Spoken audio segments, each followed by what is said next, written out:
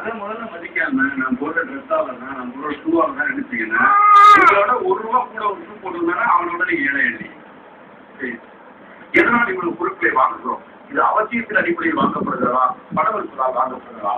நீங்க நான் மகளிர் மட்டும் ஒரு சிறிய இடைவெளிக்கு பின் தொடரும்.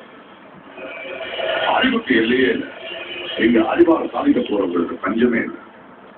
வீண் முயற்சின்னு சொன்னவங்க எல்லாம் விடாமுயற்சின்னு கொண்டாடுவாங்க பாருங்க. நீங்கள்